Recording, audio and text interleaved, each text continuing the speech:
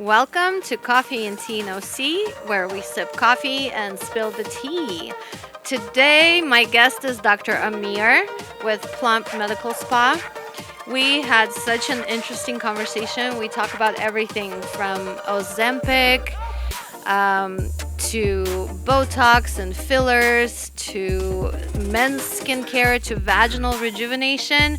We covered so many topics and it was a crazy conversation. Please welcome Dr. Amir to the show. Welcome to Coffee and Tea No C. Today we have Dr. Amir in the house. They both goes, yeah. How are you? I'm doing well. How are you? I am glad you came to do this with us today. Absolutely, it's a pleasure. Let's get into the interview. Sure. Were you born in America? Did you grow up here? Talk about your childhood. So I was not. I was actually born in Iran, the capital, Tehran. So did most of my childhood there. Wasn't anything like a National Geographic or anything. It was pretty routine. Played soccer in the street with a plastic ball, chased girls on the side. And after graduating high school, I moved here, which started the college experience. And being a kid. It was fun. I mean, I was curious about everything. It kind of started the catalyst for medicine, I guess. Did you have, because I'm Russian, I come from an immigrant family. Did they push you like you got to be a doctor, an engineer, or a lawyer? I joke about it that when you just pop out of your mom, they look at you and they'll be like, you look like a doctor, you look like a lawyer, you look like an engineer, and that's what you're going to be. But I feel there was a little bit of a curiosity on myself as well. So, I used to carry like medical books, 1,000-page long. Didn't understand the word that I was reading throughout, but I would just do it, and I was like 10 years old. I had no idea what I'm doing. But science, human body, and all that does excite me, but it was a mutual decision between me and my family. So, I want to say they had a little part in it. So, yeah. Okay. So once you start medical school, you become a doctor. When do you split to do aesthetics? Did you always know you were going to be in aesthetics, or were you like a doctor in a hospital for some time and then? So the medical journey started with the plan to do something in the cosmetic industry. So even before I even went to medical school, I was really interested in cosmetics and beauty industry. And initially I thought I'm going to do plastic surgery. So that was the main goal. And then you get to medical school, you do your surgery rotations, and then you understand this is not the life for me. Really? Why? It's really time consuming. You're pretty much married to medicine. I feel like it takes a toll on your personal life. So you really have to make the decision at that time that are you going to do the sleepless nights? Are you, it's a lot of dedication. So it can take away from your personal life and your family life if you're doing any type of surgery. Plastic surgery may be a little bit easier, but I want to say all in all, it's a tough journey if you're a surgeon. But I also feel like it's kind of a skill too, right? 100%, like you have to be a good plastic surgeon. You have to have like an artistic eye for it. I feel like in everything you have to be that way, but 100%. I mean, with aesthetics as well, but my uncle, he's kind of like a mentor for me. So he was a family physician. Then he opened the med spa right at the beginning of my journey into this. So I got introduced to the field a little bit early. So I'm like, peace out plastic surgery. Hello aesthetics. Oh, okay. And the goal was to do this. I just didn't know how long into the process. So after medical school residency, I did in New York.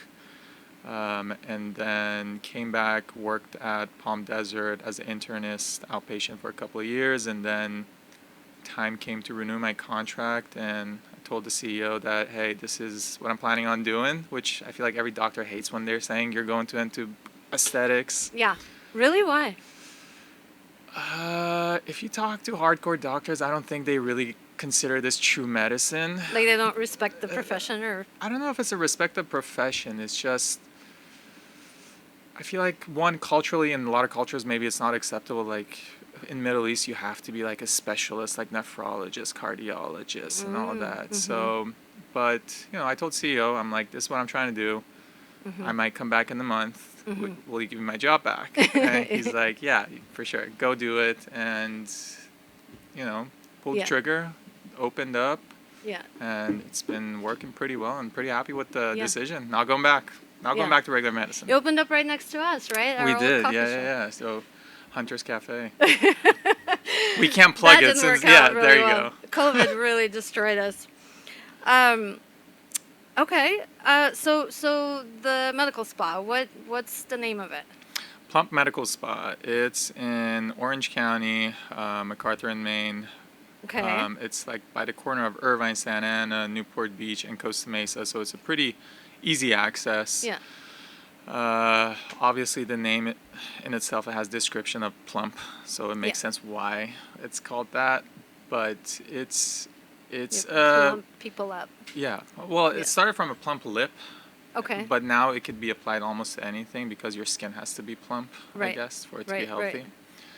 And it started as a career decision, but I feel like it's really fun. So it's more of a passion project, so it doesn't feel like you're going to work. Oh, So I think of it really not as a job, as a passion project that you're just doing what you're really, really enjoying to doing day in, day out. So that's cool. Yeah. I know you're trying to get into it too, so I'm just doing Botox, that's all. Right. I'm starting with Botox. Gateway to the aesthetics, so that's how you go. Yeah, right? I know. Everyone's like, when are you opening your medical spa? When are you... I'm going to be doing podcasts inside my medical spa. Actually, that's not a bad idea. That sound might not hit right, but, Okay, so what services do you offer? So I think we offer almost all the services that are out there, almost, and there's a couple that we made the decision not to offer. So, we start with neuromodulators, Botox Dysport, Daxify, fillers, Sculptra, a lot of laser technologies from CO2, ablatives, fractional, IPL. We offer medical weight loss, which is a really hot topic right now. We're going to talk about that. Yeah. So I want to say almost everything that you can find that in the med spa that does not require a scalpel and cutting will do it, other than threads. On the record, not a big fan of threads. I am not a big fan of threads. Yeah. I hate threads. Yeah, so we're not going to offer that. Yeah. That's just not something I like aesthetically. Tell me why you don't like it. Like, what's your rationale behind it? Is there the appearance or the scar? So if it's done correctly, it can be nice. But I want to say most often it's not done correctly, and it gives you that really fake... If you look at someone, they had threads. That's one thing. Like, they're really just tight and pulled and back, just unnaturally, just everything is just back here and like at the bottom. It just doesn't match. Yeah. Second, the risk of complication and infection is extremely high with these type of procedures. Okay. And lastly, because they produce scar tissue, later down the line, if you're trying to do a facelift, it makes it much harder for the plastic surgeon to find the right plane to actually perform the facelift for you and whatnot. So when you put that all together, it doesn't make sense to offer something that either down the line is going to be a problem, or aesthetically it's just not the most pleasing. I heard that with filler, that the more filler you get, the more difficult it becomes. Like, when you do down the line decide to go get a facelift, it's hard. They almost have to scrape the filler off your face to like lift it and put it where they want to lift it. Depending on what type of filler you get, maybe. Okay. I want to say like the hyaluronic acid, the HA fillers, probably not. Obviously, you can't do fillers like 10 minutes before and then go do a facelift like next day. But there are some calcium-based fillers that they do cause that calcification, scar tissue buildup around the areas that you're injecting. Yeah. Sculptra is a great treatment, but it can also complicate facelifts in the future because it does produce collagen in different planes, but not with the HA fillers. Not necessarily. HA, and you can, hyaluronic acid. Yeah. Okay. And you can dissolve them. So, with the fillers, no, I don't think so. Okay. what's the difference between a laser and a chemical peel? Say like you know me, you know I'm a nurse, I know these things, but say like I had no idea about aesthetics at all. Hmm. What is the difference between a laser treatment and a chemical peel? And why would one choose laser versus chemical peel and vice versa? Like why would you recommend one versus the other? So both of the treatments is the aim is to improve your skin texture and improve the collagen production, right? So we're trying to remove all the superficial layers of the skin. One uses light energy in different wavelengths and forms, which goes with the severity of the treatment, and one just uses chemical agents, right? The laser is the The light.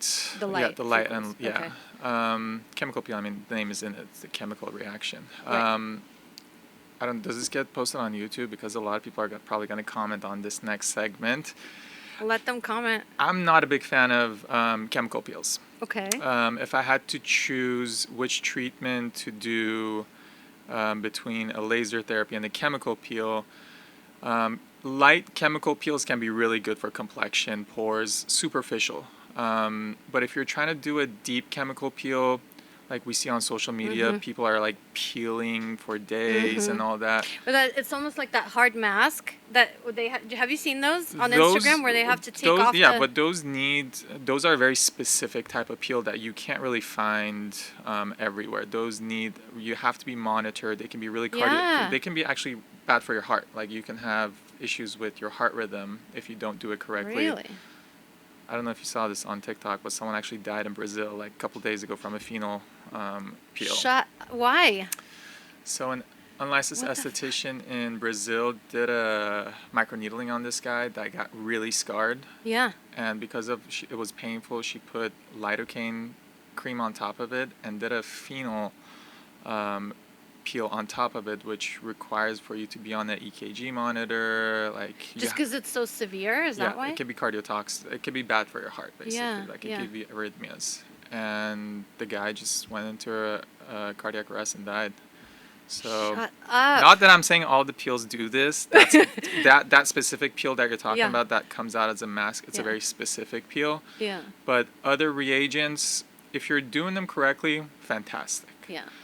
But the ones that are really aggressive, like I see this every day that I did a chemical peel, I got burned or I got hyperpigmentation because I don't know if they're doing it for the gram or they're trying to like get social media attention, so they do it a little more severe than what you're supposed to do, and it can cause complications. But with laser, you're a little bit more in control of how much energy you're putting in based on the skin type, what level you're doing it, how if you're doing a fractional, what's your density of the treatment. So it's not really you're not just putting a thing in a Like not solution liquid. on your Yeah, face, yeah. you're just doing it. You're actually going with technology, so it's much more predictable, and it's a deeper treatment in that way. Like a Okay. CO2 laser is one of my favorite go-tos. Really? Okay. So, like, you would examine a person's skin and decide Oh, 100%. chemical peel versus laser, and most of the time you choose laser. 100%. Chemical peel, again, the thing with Plump Medical Spa is we don't do very superficial treatments. Like if you're doing skin treatments, yeah, we have it, but we try to give you more bang for the buck. Like if you can get the same result as 2 chemical peels in 1 laser treatment, that's probably the route. But if you're trying to just maintain, take care of the pores and all that, yeah, you can do like a light chemical peel, and it works. The light chemical peels are amazing. I've done them on myself, and Yeah. I recently had like a hormone, I don't know what it was, but it just broke out all over, just on my chin, out of nowhere. And I usually Yeah. never, and I don't know what was wrong, but I did a peel and it kind of. See, those are the ones that I'm saying, the light peels. You can do it yourself. Like, it's good. Your downtime is, what, couple of days, 3-4 days, a little Yeah. bit of a micro peel. But the Yeah. ones that you see, like, people get Yeah. super red and Yeah. they're like, you can, like, peel. Sheets. What's the Austin Power, like, golden, whatever, that you just pulls the skin off? Yeah, like, yeah. I can't remember the character. Yeah. Like, those are the ones that I'm talking about that they can give you complications. But, again, personal opinion. Right. Yeah, Okay. yeah. Um, let's see. I'm gonna give you some quick fire. Let's do it. Deep acne scars, laser or chemical peel? Um, Step by step. If it's up to me, if it's depending on what type of acne scars you have, I actually do a subcision therapy with Sculptra, with or without Sculptra. Oh, like a filler? No. So subcision is, so whenever you get scars, you have these tetherings at the bottom of the scar of your skin that's kind of like it's like a parachute connecting to the bottom layer. That's why they're like Sunken in, kind of. Yeah, exactly. yeah. So with this treatment, you go underneath either with a cannula, which is like a blunt tip, or a needle, and it's called subcision. You move and release all these tetherings, like these little parachutes or these little kind of strings for your scar to get released. And then you add a little bit of a Sculptra underneath these scar tissues to promote the collagen production. And then maybe a week later, after you heal, you come back. And my favorite for these treatments is something called, we call it Depigma, which is a combination of our Pixel 8 microneedling radiofrequency. Same treatment day on top of what we come and do a CO2 laser. If I had to pick what's the best route, this is probably the most effective treatment that even one treatment probably going to give you like 40-50% improvement. And how many of those treatments do you need to do? This is such a tough question because it depends on how bad your face is. Well, to that end, different people respond very differently. Like someone can do 2 of this and 80% improvement and they don't need any more treatment on it. Someone can do it 4 times and their acne scars might have been even more mild. So the severity, the person, how your body is responding to these treatments, home care is really important. So multifactorial. Okay. Yeah. Burns? Burns. Like if someone has like whatever, a burn on their face and they're like, and it's scarred, you know what I'm saying? Or there's like pigmentation problems or,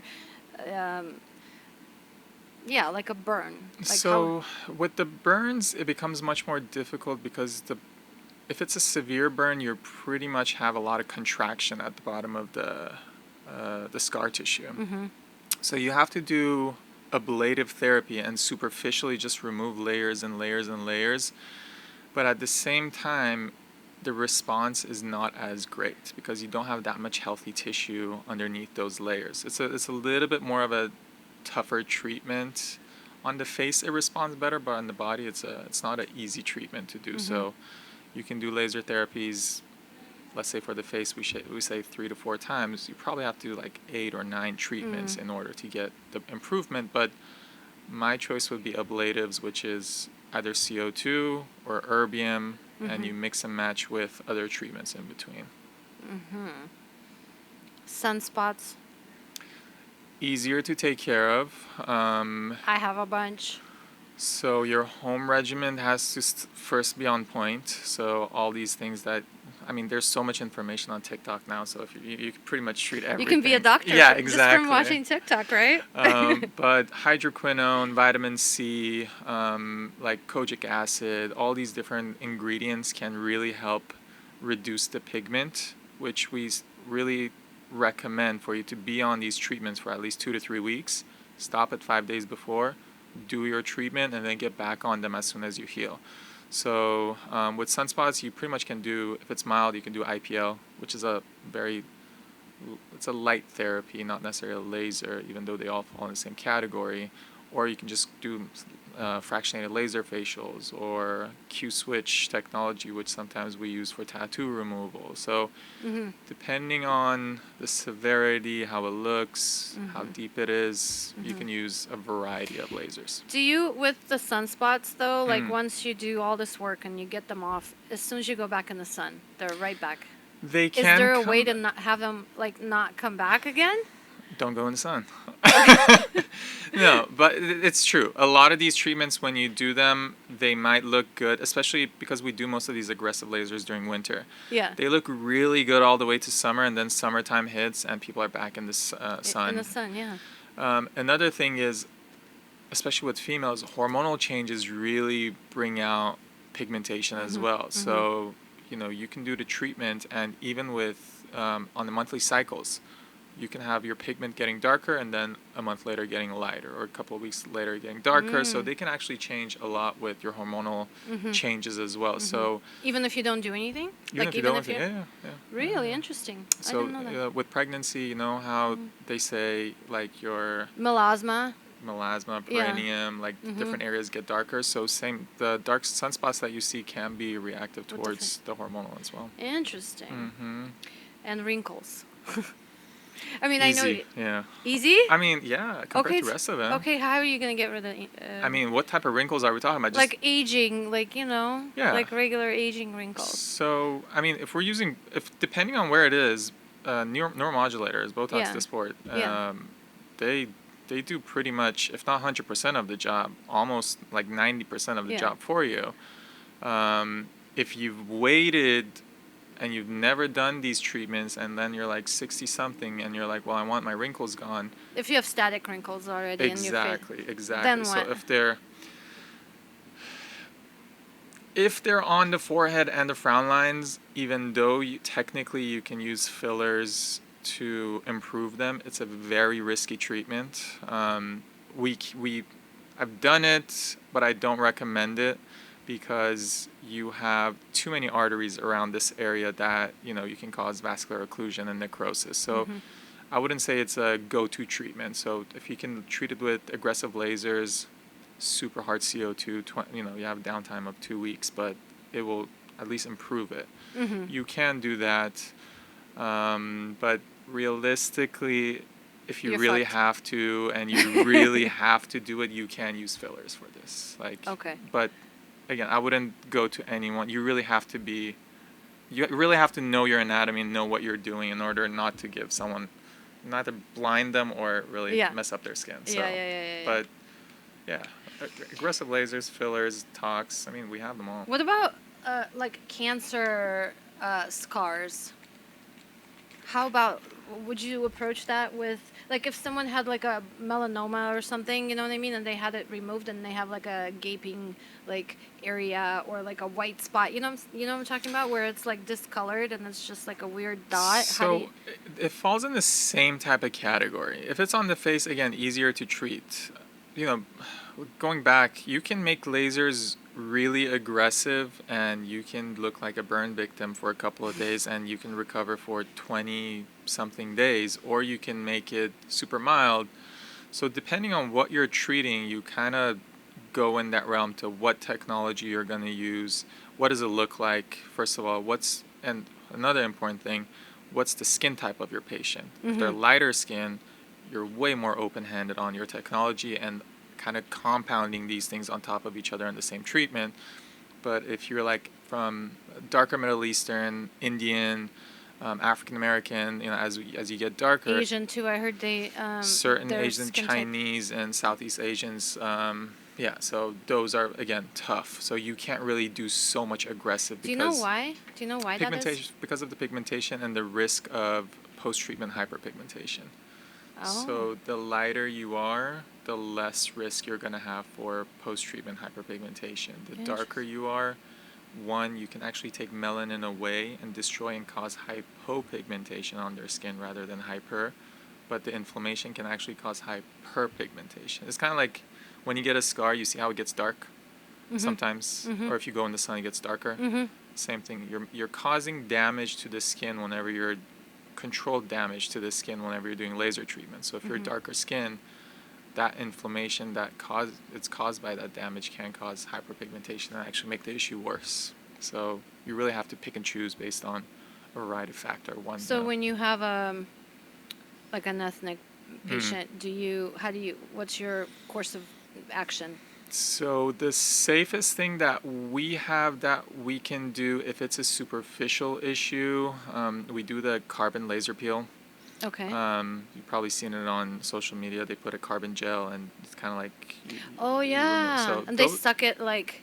Exactly. So the carbon pulls out all the impurities from your skin, and the laser energy, the heat kind of makes it explode, and it just creates the heat and improves the skin. It's a milder treatment, but because the carbon is already dark, it's getting a lot of that energy that's being introduced to your skin already, rather than all of it going to your skin. And another favorite is a fractional erbium. On a low setting, it's kind of like Fraxel. It's like a mellow Fraxel. That can be safely done to like a skin type 5, like Indian, but again, African American skin, it's much more difficult. So pretty much you're left with the carbon only.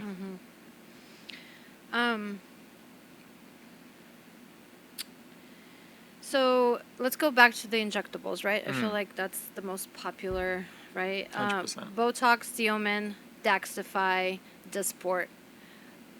Differences between them? Do you prefer one versus the other? So at Plump, we offer Botox, Dysport, and Daxify. They're all pretty much the same molecule with a little bit of a tweak. And that little bit of a tweak can change their personalities a little bit, right? So one of the big things that comes into play with when you're talking about tox as a after injection, one is the duration that it sits in the skin, like how effective it is. And then what's your diffusion percentage per injection point, which means... Like what the diameter is that it spreads. Exactly. Okay. Depending on how you inject, if you do like a 5-point on the forehead, that really comes into play, because if you're just doing one area, you want something that kind of spreads out pretty well.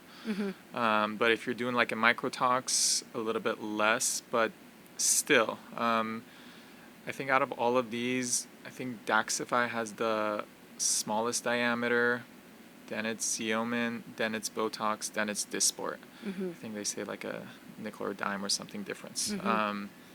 And Dysport... Well, I know 3 centimeters just because I just took the course. There you go. So there you go. Botox and Xeomin are actually pretty Very close similar, together, and it's yeah. about a 3 centimeter radius. There you go, yeah. Of the spread. Yeah, and then Daxify is a little bit smaller of a radius, and then Dysport is a little bit bigger. So Dysport spreads pretty And far. that's why it gives you a little bit more natural... I mean, this, again, my personal experience and favorite is Dysport. I like it because it gives me a little bit more natural results. People still have movements, but you don't have those in-between wrinkles that sometimes happen with... Like you cover the area pretty well? Okay. Okay. Yeah. So, but another thing with these, I mean, I don't think from someone that's getting the injection is important, but for business owners, it's if you can store them in the fridge versus not store them in the fridge. I feel like depending on what type of practice you run, that comes into play. If you don't have fridge space, Xeomin is a much better product than Botox because it doesn't require refrigeration. Yeah. Well, once you reconstitute, then... Well, yeah, one vial at a time, though. Right. Like, you can get your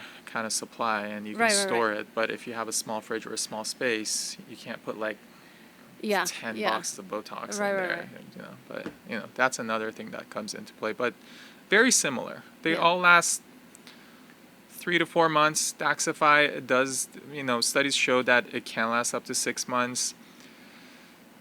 I work with them, but, I always even tell our reps, I only see it in 35% of the clientele that really get that 5 to 6 months of a push.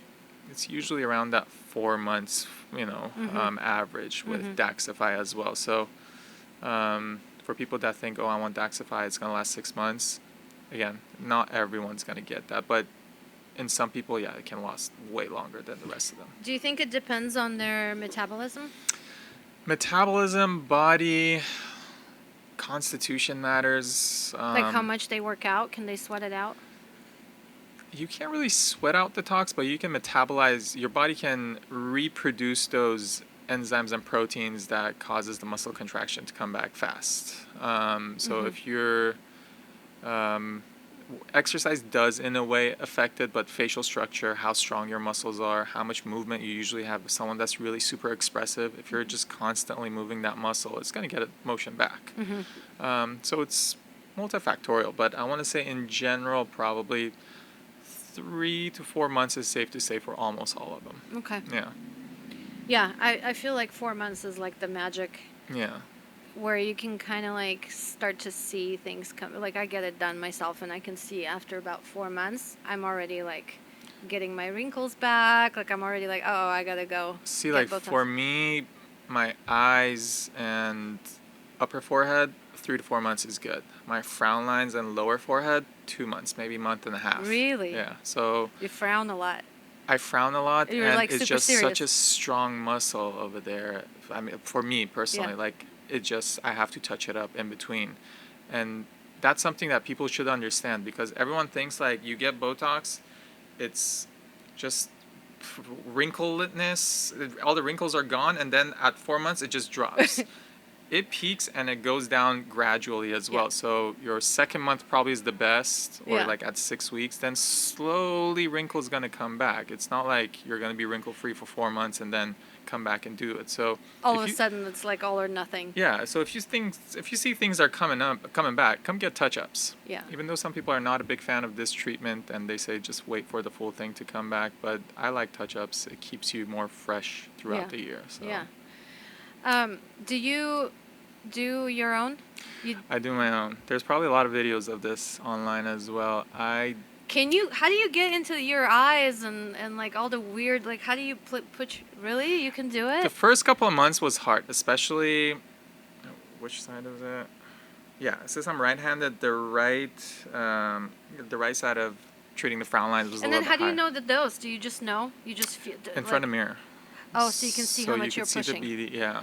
Oh, okay. There. Wow. So you have a whole Yeah, system working. yeah. So I do my own face. I mean, I've probably done almost all the treatments that we have. That was my question for you. If Yeah. you try everything on yourself.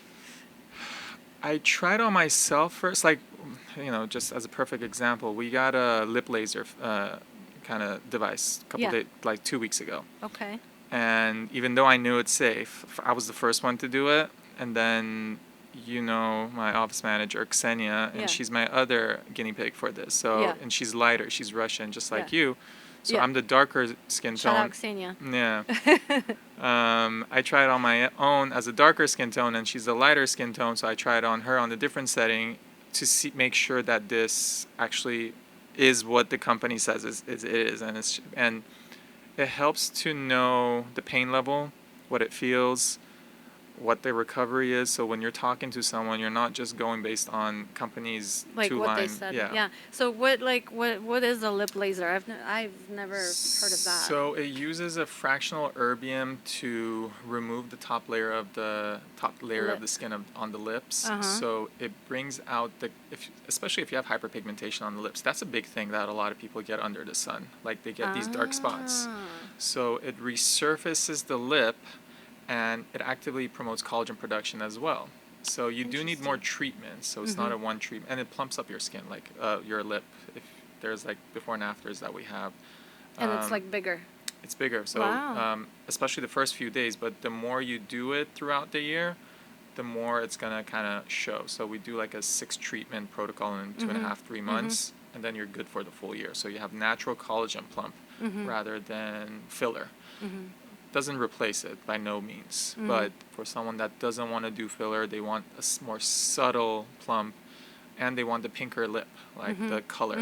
It's a fantastic treatment. Recovers Wow. like one day. You have micropeel and dryness for a day, and And then that's it's it. back to normal. Yeah. Wow, interesting. But yeah, I probably the only thing that I haven't tried because it's so bright and I can't really see is IPL. Because it's just such a bright laser that you have to have eye covers if you're not. Yeah, so, other Have than that, Ksenia do it on you. on me, Yeah. that's not safe. You can't really have. Set the machine, get everything ready, and then have her just go for it. Let her do all her duties. Administrative work. Yeah, she doesn't need to get involved with the rest of it. Yeah, no. What about filler? A filler favorite, and why? Our partners at the moment are Juvederm, Restylane, and RHA. Depending on where I'm injecting, I'm gonna have a different answer for this because, again, might not be a popular kind of idea, but I'm not a big fan of Juvederm. Voluma's good.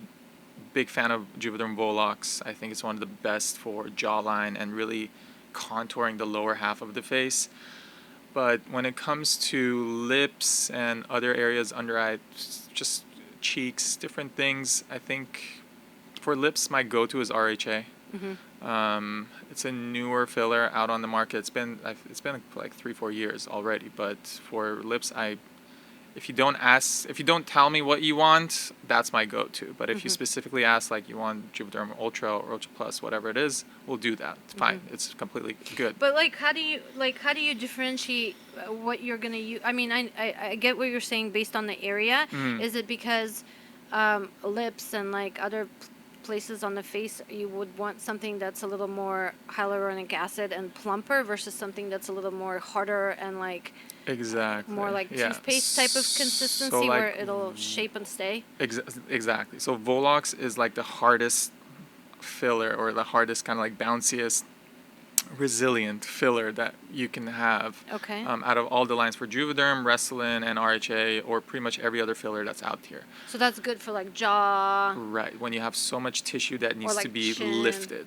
Because you go on the bone usually, and you need to lift a bunch of tissue. So if it's something really soft and thin that, I don't know, you use for like under eye, or a very mild lip plump. I mean, a lot of people probably knew like Juvederm Volbella. That's very soft. Like if you put it in your jaw, even if you put 3 syringes, nothing's gonna happen. Not gonna do anything. So depending on which area you are, how much water it's gonna absorb, what definition you want on, for example, let's just focus on lips. Do you want a little bit of a plump, like subtle, like you just got hydrated? You want a little bit less subtle? You want shape and form? You want to recreate a lip? And then you go up the chain of what you're going to use. So even with that, different products, different areas, but I like all of them for different areas. Do they wear off completely?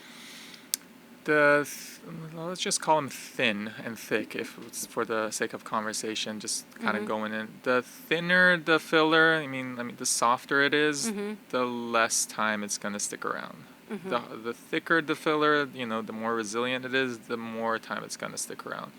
So for lips, average 7 to 12 months usually, even though I have a client that she's there every 6 weeks, and it's like a brand new lip that's never had a filler, and we put a half a syringe every 6 weeks, and it's gone.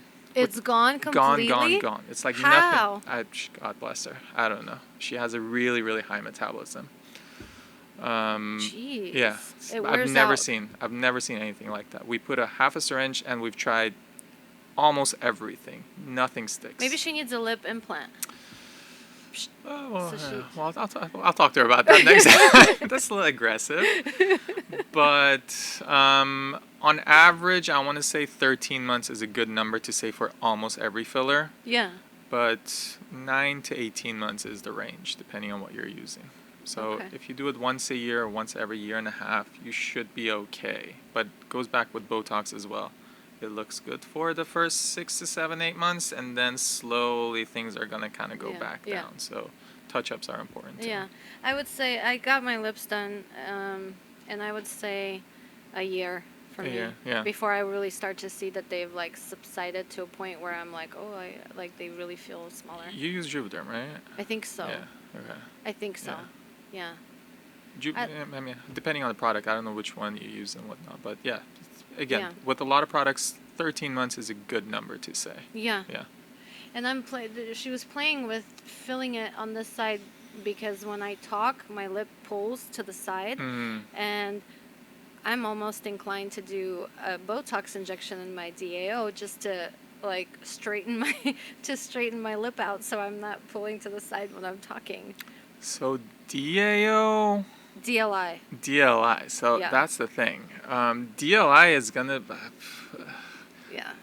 It's a tricky one. Yeah. But you can self-experiment. For some people, it might actually work if they have that issue, but it can really make the. Like do you know Katie Holmes?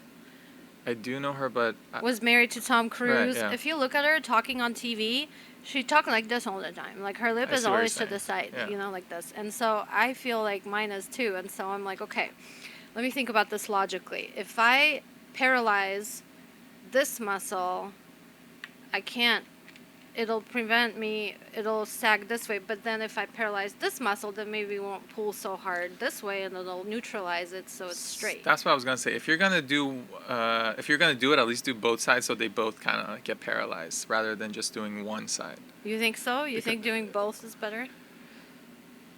So, next episode. Let's you let us know on the next episode how that goes.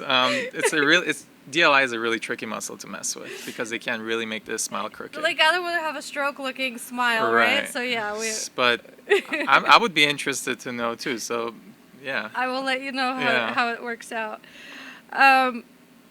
Okay, so maybe you can help us settle an age-old argument. Are Kardashian butts real? Probably not all of them. I'm sure there's no way, even with the Instagram models and all that they say they all go to the gym all the time. Yeah. I want to say 90% of the people that, if you think they have it, they probably had it. I don't want to say 100%, but 9 out of 10. Yeah. Was it real at one point with nothing in it? Probably. Is it real now 100%? Probably not. Okay. So I can't say 100%, but if I had you do butt filler in your fill we do Sculptra, like a butt Is it lift the hard with one Sculptra. or the soft one? Different. It's a biostimulator. So Sculptra, it got introduced to the market in 2003, 2004 for HIV clients when they had a lot of muscle wasting in their face and they look really gonk and whatnot. Okay. For them to kind of inject it and produce collagens to make them skin more plump. Okay. And then it continued and became like the same material that we use in dissolvable sutures now. So that's why they produce collagen. They don't leave a mark. Like, they heal much better. And it's pretty much, think of it as chopped up dissolvable sutures. So it's a powder that we mix with water and we inject it.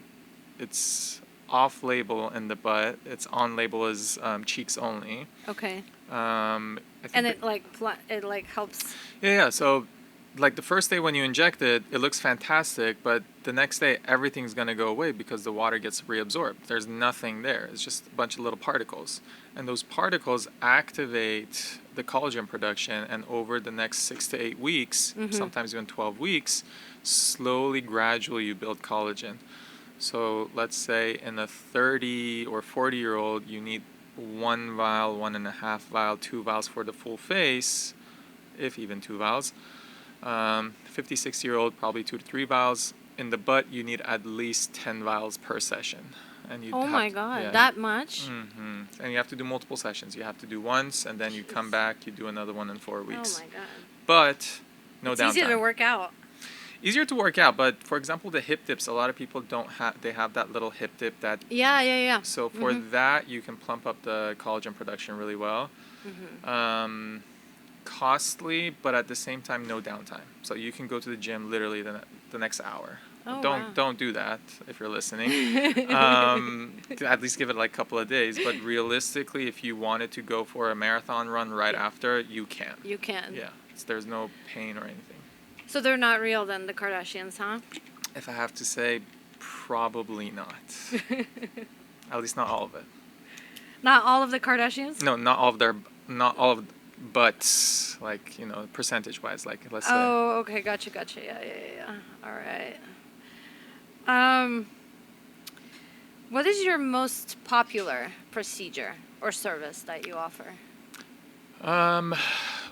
In general, not just for us, I want to say for almost every single med spa is the neuromodulators, Botox. Dysport, Xeomin, Daxxify.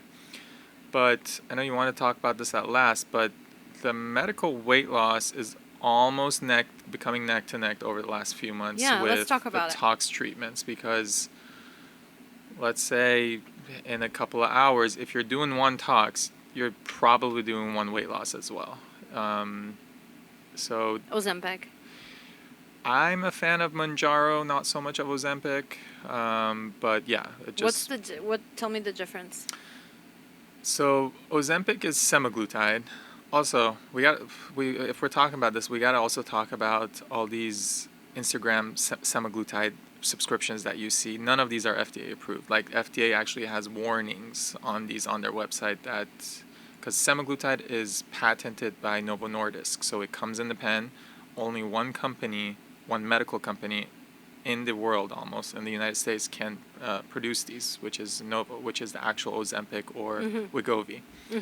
And then we have Eli Lilly, which produces the Mounjaro, which turned into Zepbound after the FDA approval for weight loss. So Ozempic, Wegovy is semaglutide, Mounjaro, and Zepbound, they're tirzepatide. Same family, both are GLP-1s, but the studies and in my actual practice with Mounjaro, we get a much higher rate of weight loss. Side effects almost the same. How, yeah, talk about the side effects, because I mean, I see so much negative information out there about it, because now it's like the gauntly face, and as soon as you stop taking it, the weight comes right off or right back, and you lose a lot of muscle mass, not actual fat. Like, how do you?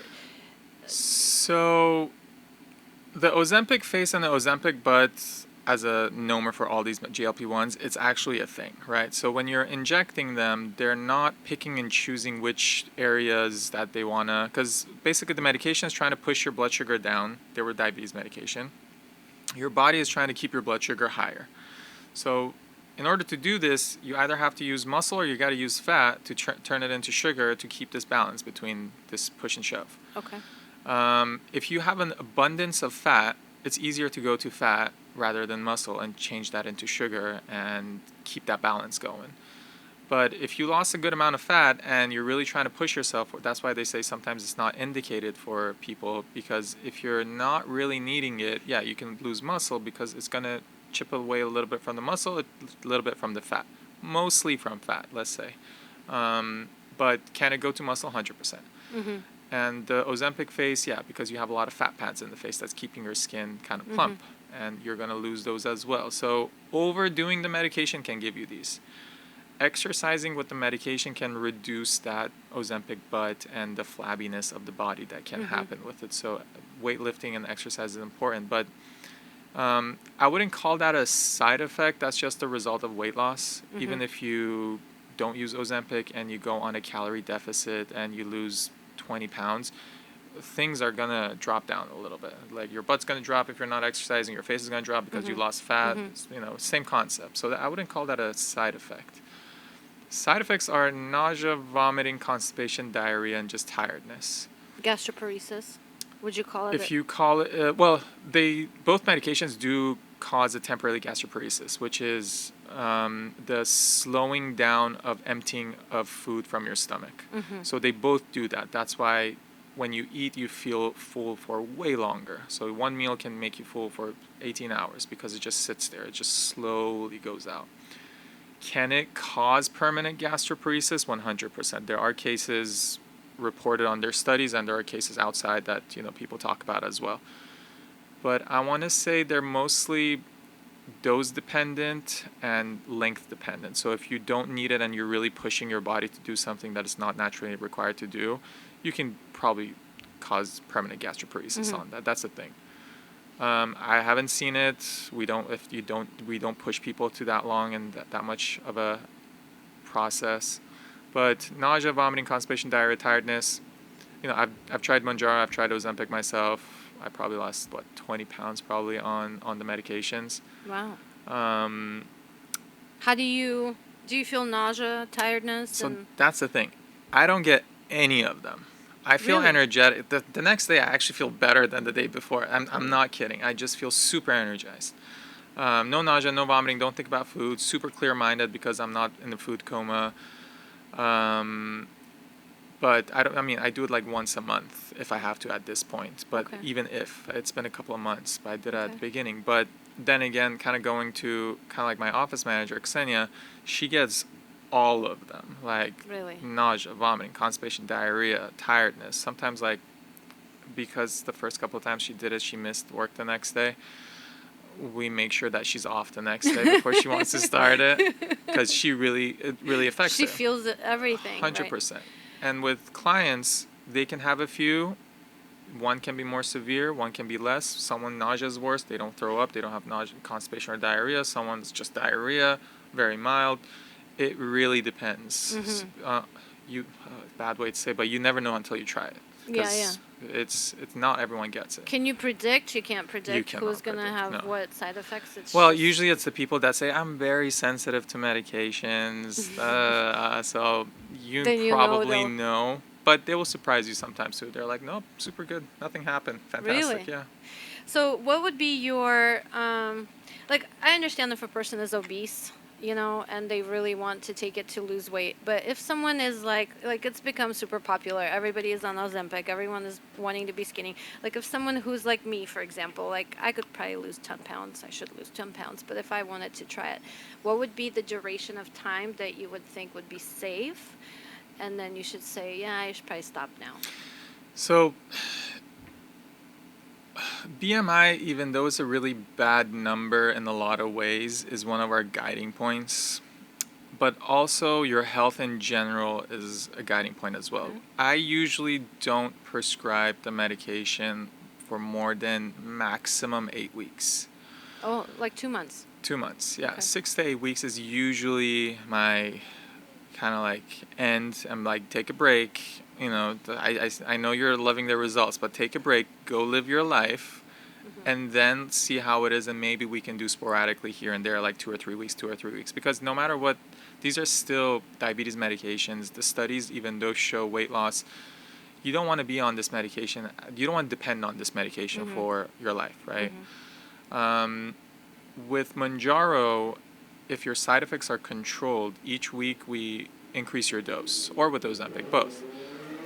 In the 3-week period with Mounjaro, I hate to say the word guarantee with it comes, but 12 to 15 pounds is guaranteed in 3 weeks. And of fat, plus muscle, plus a little bit of muscle.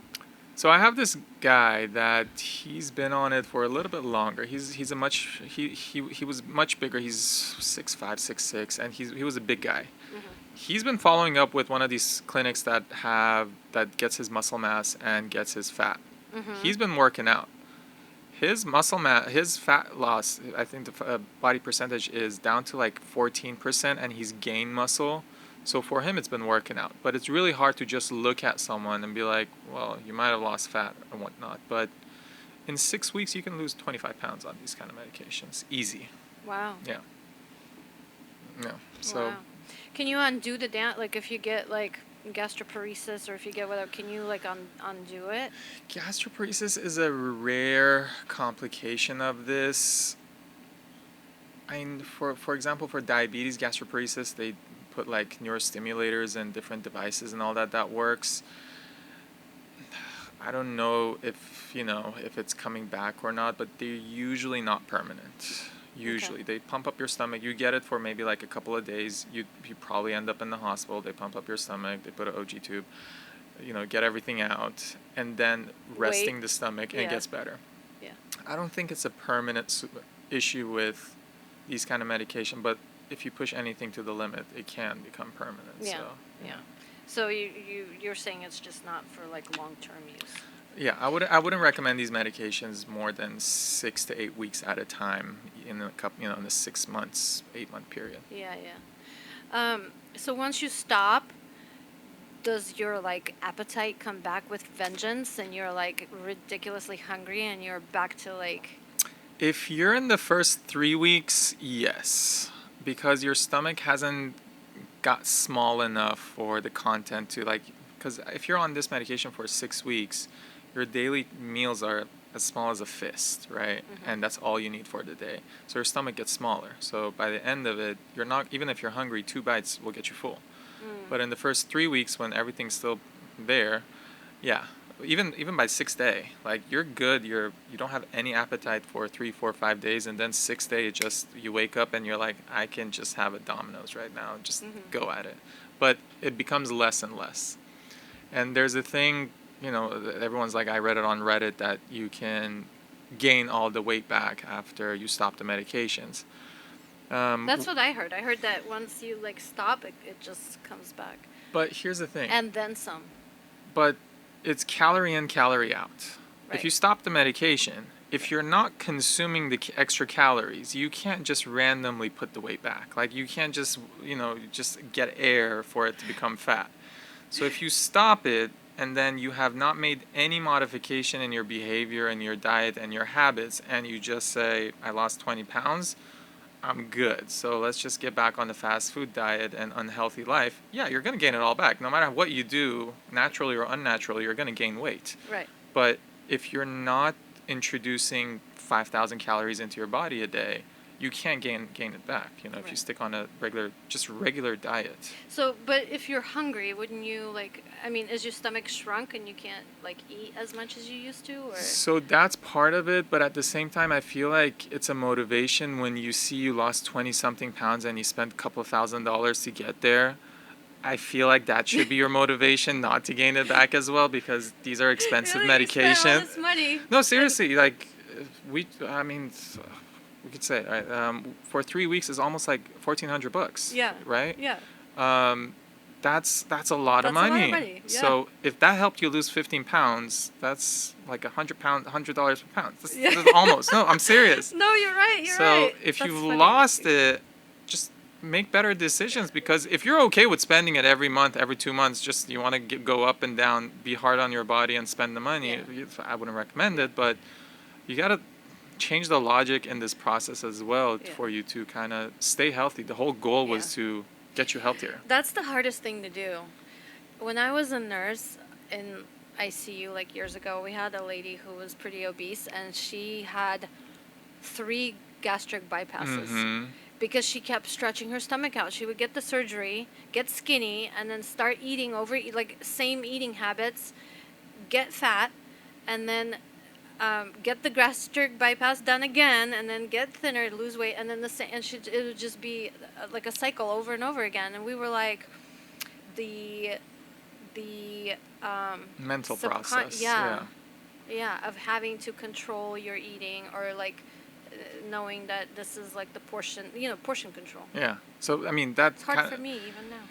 It's not an easy thing, 100%, but I feel like you have to make the decision of what's more important. If food is more important, if that's a pleasure for a lot of people, food is a very big part of their life. And if that's a pleasure, indulge in it. But at the same time, being overweight, no matter how you look at it, body positivity and whatnot, being overweight is not healthy, right? Mm-hmm. Even if you're body positive and you're like, oh, everyone's beautiful in a lot of different ways, but being overweight can have health risks. Mm-hmm. So you have to think how much you care about your health, your image, and everything else. Mm-hmm. If you're getting a lap band and you're kind of going back to the same thing, you're making that decision. Mm-hmm. So I wouldn't say everyone's going to be the same. So, don't let a couple of bad apples kind of ruin the whole process for the rest. So, with all the Ozempic injections that you've done, has everyone stayed pretty skinny? 100%. I can safely say 100%. Your success rate is 100%. Yeah. The lowest amount that someone has lost in 3 weeks has been probably 11 pounds, and the highest 22 pounds. Wow. But I have this conversation with everyone that you got to start changing, and I won't say almost all of them do. We do sporadically, when you get off of it, do one. If you tolerate the higher doses well, one thing that I do is you do the course, and then once every 6 to 8 weeks we do a high dose. So if you're a couple of pounds high, we just push you back down 5 or 6 pounds for you to kind of stay in that range. Mm-hmm. But we do only one injection every 6 weeks or so. And one, it's not hard on your body, you lose the weight, but then it gets you back on the mindset that, hey, I got to keep this going. Mm-hmm. You can slip up a little bit, go on a vacation, okay, fine, get another injection to kind of keep you there. But you don't need to be on this medication for the whole year every week. Okay. Yeah. I can't say I'm an advocate, but I like the results because people actually say from their mental health, it has tremendously helped them as well, because going back to the decisions, they start working out, clothes fit better, they feel better, their relationship is better, their partner is enjoying it more. So it has other positive things that brings with it. But again, people have different ideas about this. Yeah. What do you think is overdone? Lips. Do you tell people no? 100%. Like, you're crazy, this is too much. I sometimes don't treat lips because I have a few people that, I mean, there's no more room in there. Like whatever you put in there, it's just not going to stay in there. There's no more room. So a lot of DSLs, they're in style right now.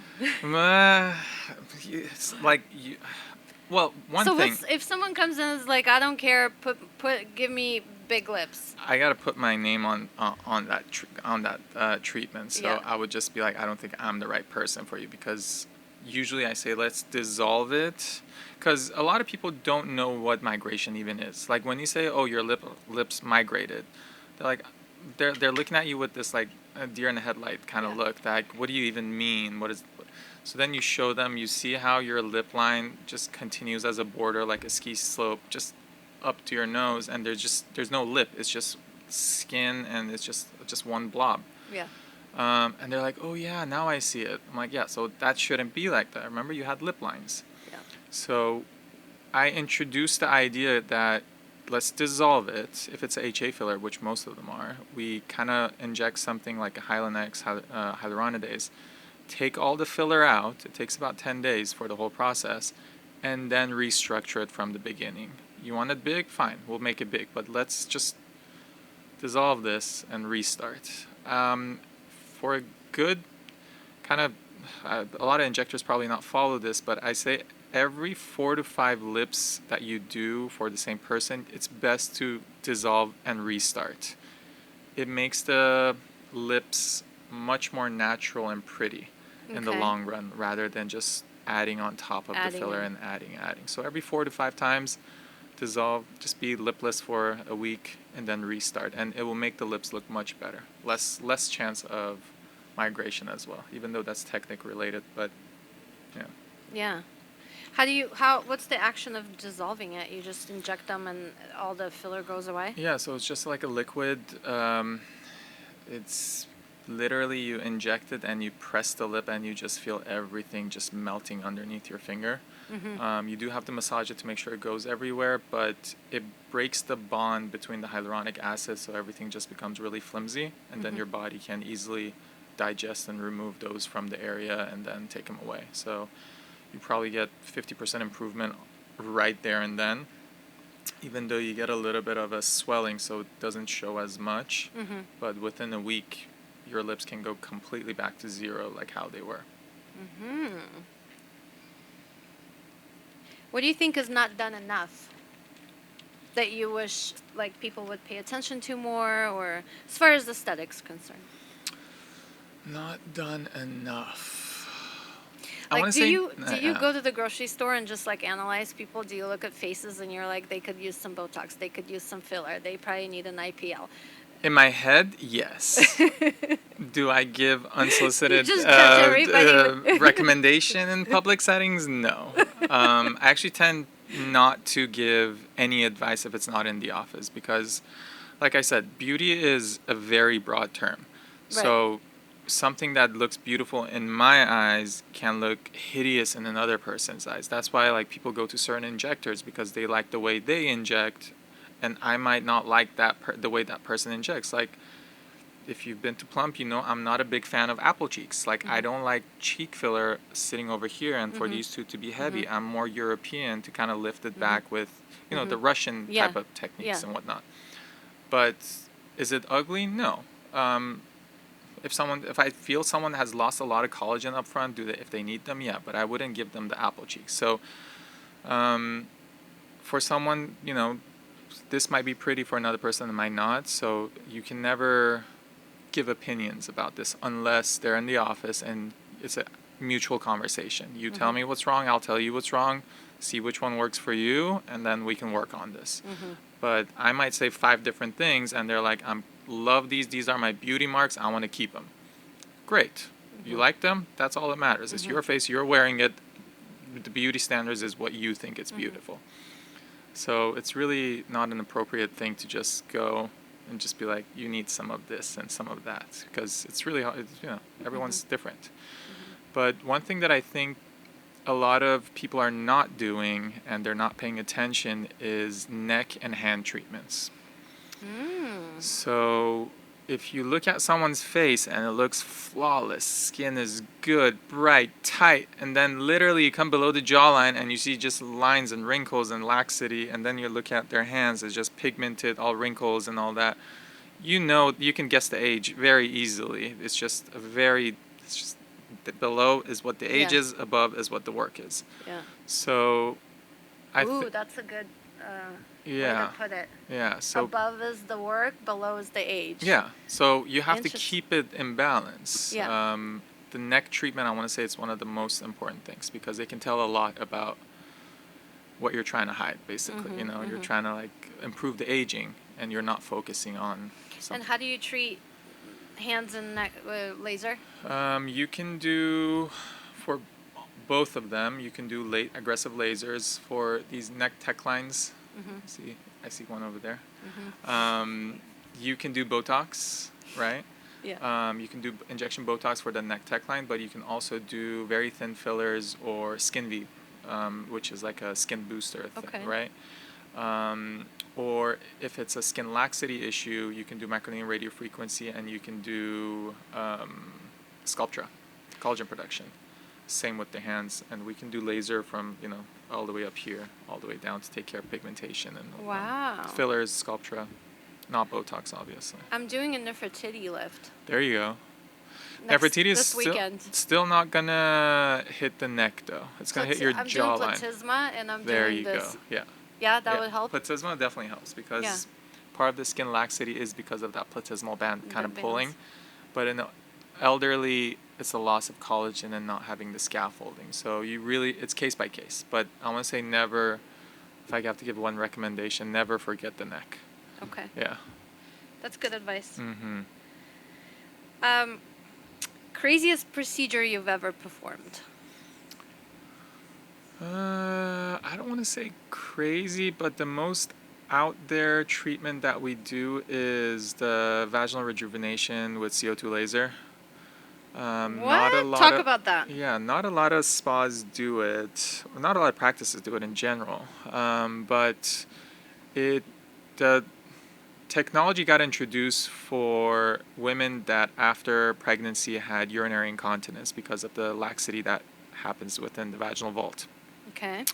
So what we do is with laser, it kind of goes in and does a 360 throughout the whole vaginal vault, and you don't have pain receptors in your vaginal vault, so it doesn't hurt. You're not going to feel anything. I was going to say, it doesn't hurt ouch. at all. You feel nothing until it gets a little bit closer to the entry point. Okay.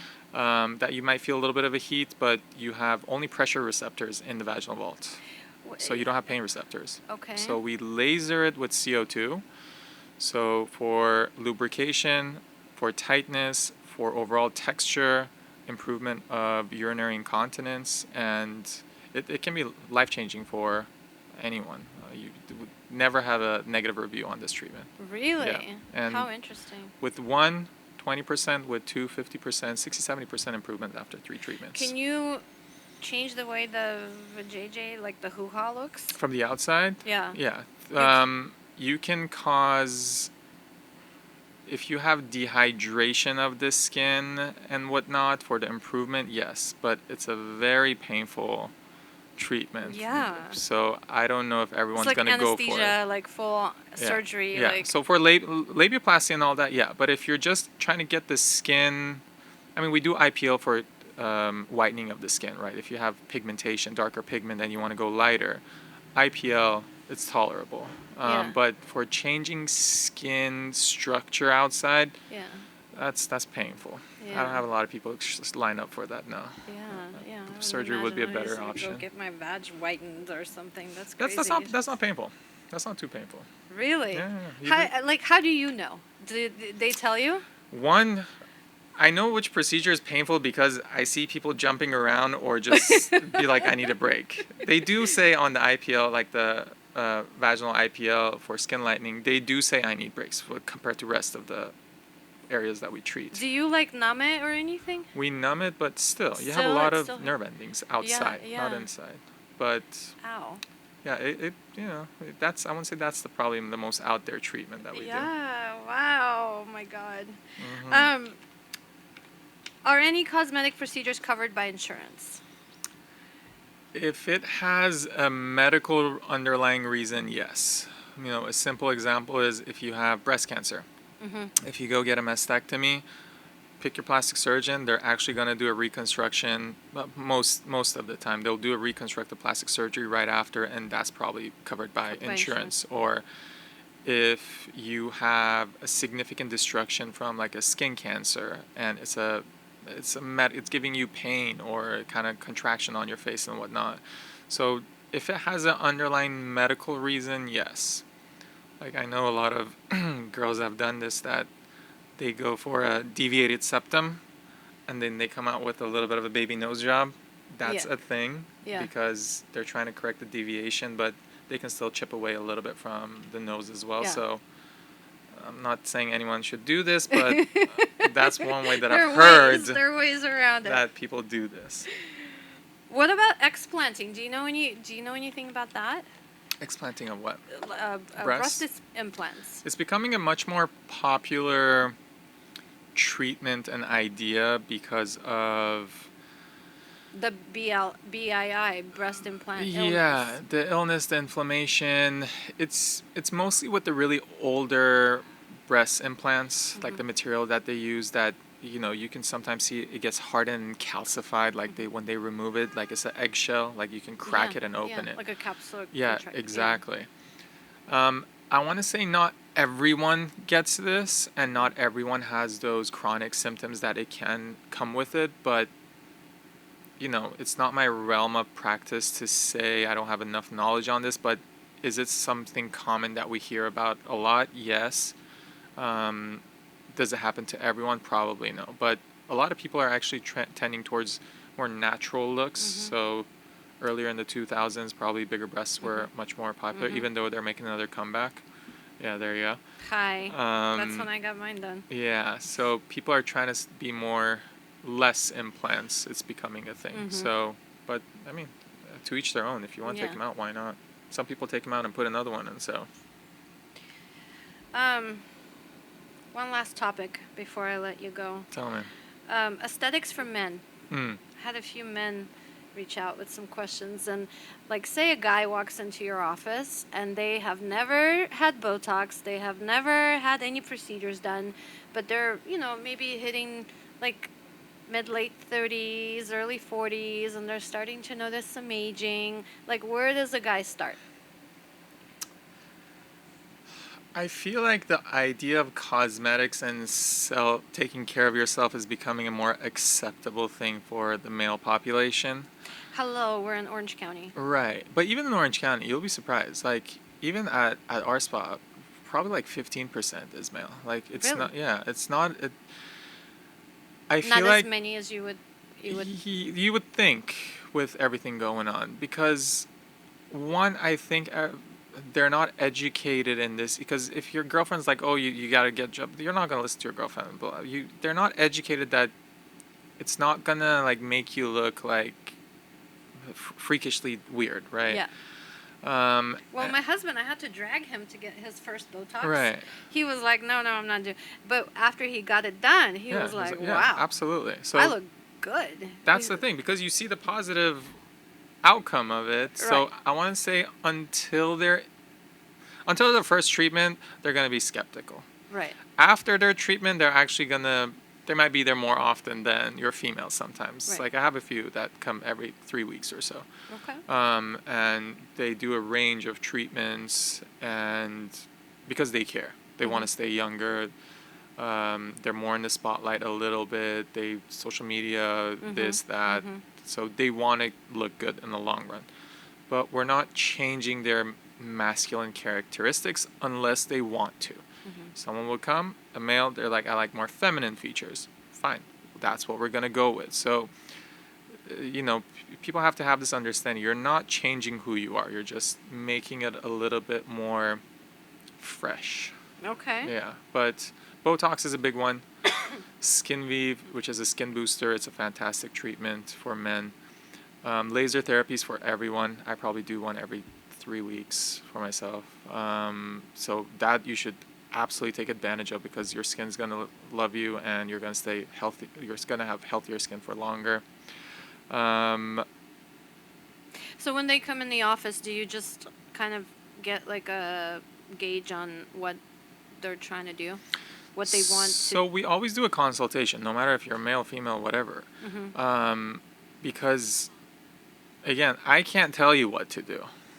I can guide you through these are the things that we can do for these issues, but if these are not issues for you, we're not going to do them. So you tell me what you think, and I'll give you my professional judgment on these are the things that we can change. Right. Now, from this list, which ones are important to you?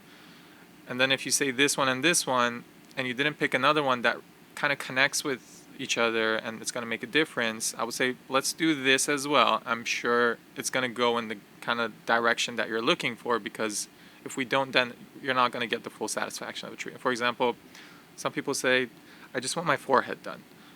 You got to treat the frown lines with this. They're two opposite muscles. Yeah, so, simple example. So I would say, let's do both of them, but you're going to be happy, right? And we're not going to touch anything else. And then they do that. Okay, let's do the eyes now. So it's, gradual build up on that. So, yeah, but you got to listen to your clients, because they're the ones kind of going through life. Not right.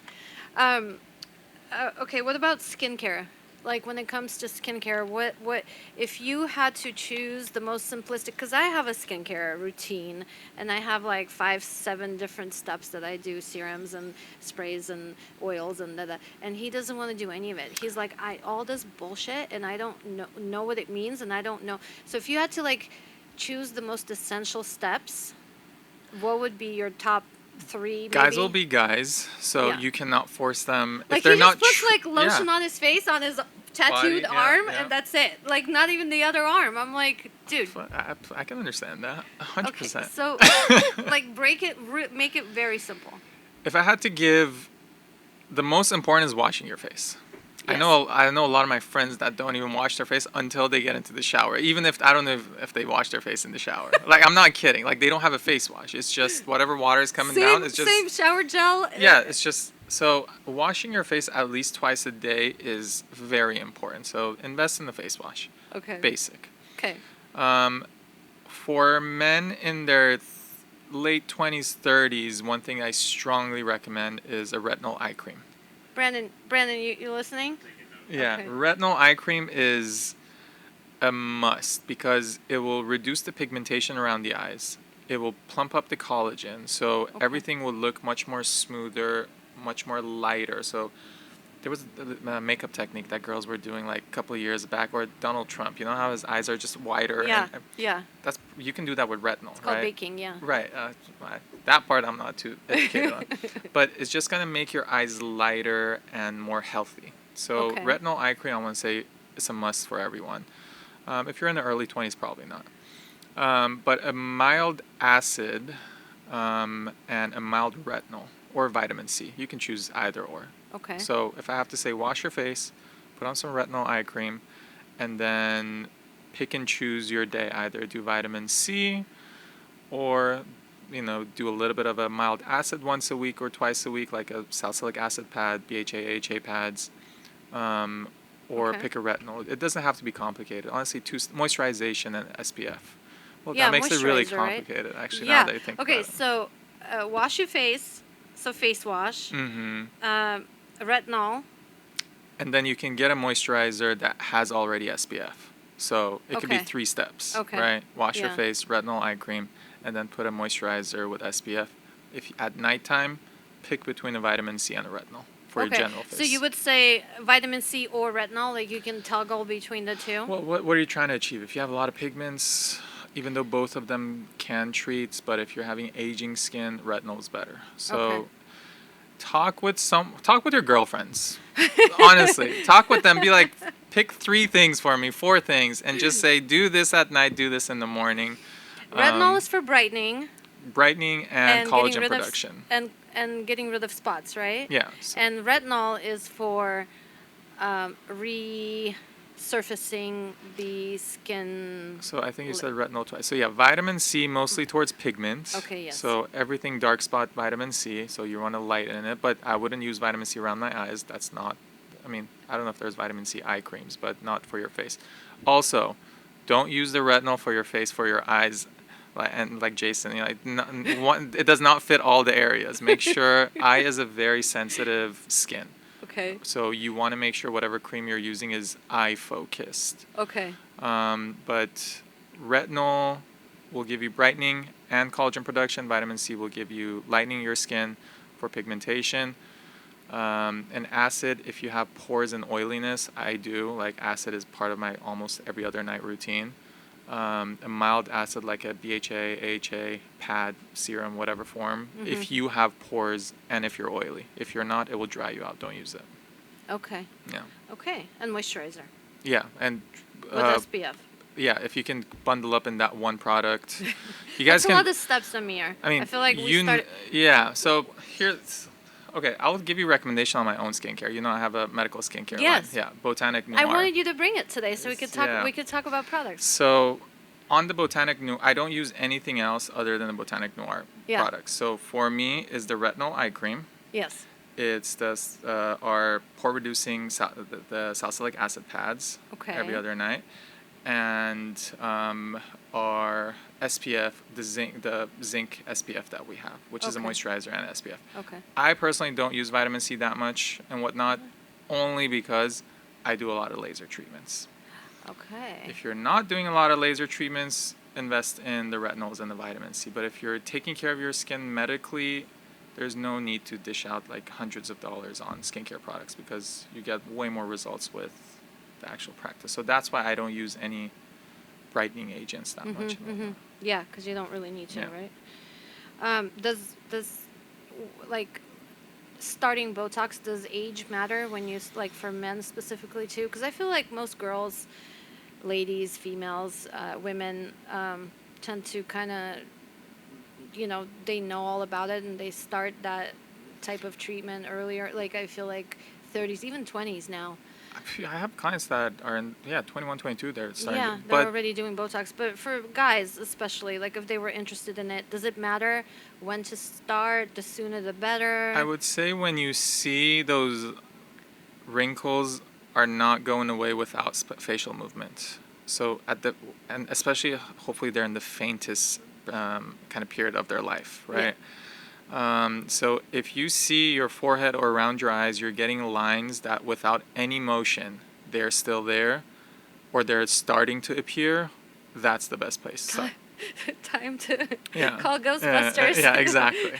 Because you can prevent a lot of headache, because if they become permanent, it's harder. It's harder to get them done. You can get them at 30, you can get them at 21. So if you see permanent lines that are starting to build up, that's the right time to start. Okay. What is your best kept secret or maybe a key to anti-aging? For me personally, is a lot of people say I don't believe like how old you are. Monthly laser treatments. Really? Yeah. So I do a semi-aggressive laser treatment every month. Okay. Recovery 4 to 5 days. So that's my secret, if I have to say. Try to do not the laser facials. There are a lot of chains that offer laser facials and all that. They're pretty gimmicky. They don't do much. You need a little bit more. If you're not red for 48 hours after the treatment, it's not doing anything for your skin necessarily.